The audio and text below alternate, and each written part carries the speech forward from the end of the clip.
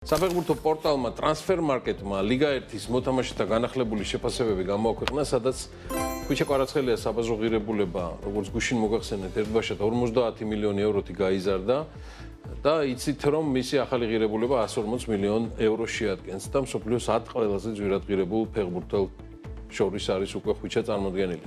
განსაკუთრებით შთამბეჭდავია ფაქტი, რომ 50 მილიონიანი ზრდა ტრანსფერმარკეტის ისტორიაში არის ერთ-ერთი ყველაზე დიდი ერთჯერადი მატება.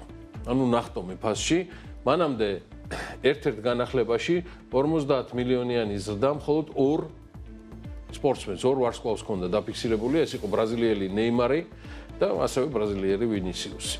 ყველაზე დიდი ერთჯერადი ზრდის რეკორდი, რომ იცოდეთ, ეკუთვნის ფანტასტიკურ ეგვიპტელ ფეხბურთელ მოჰამედ სალახს, კერძოდ 2018-ში, მაისში ლივერპულში, არაჩვეულებრივი სეზონის შემდეგ, მისი ღირებულება 80 მილიონიდან 150 მილიონ ევრომდე გაიზარდა, რაც 70 მილიონიან მატებას ნიშნავდა. მეორე ადგილზე ლეო მესია, რომლის ღირებულება 2017-18 წლებში 60 მილიონი ევროთი გაიზარდა და 180 მილიონ ევროს მიაღწია. მათ გარდა ისტორიაში მხოლოდ კილიან მბაპეს ჰქონდა და მან მოახერხა კვარაცხელიაზე უფრო დიდი ერთჯერადი ზრდის დაფიქსირება და მისი საბაზრო ღირებულება ამ განახლებაში 55 მილიონი ევროთი გაიზარდა და 35-დან ერთბაშად 90 მილიონზე ავიდა მბაპეს ფასი.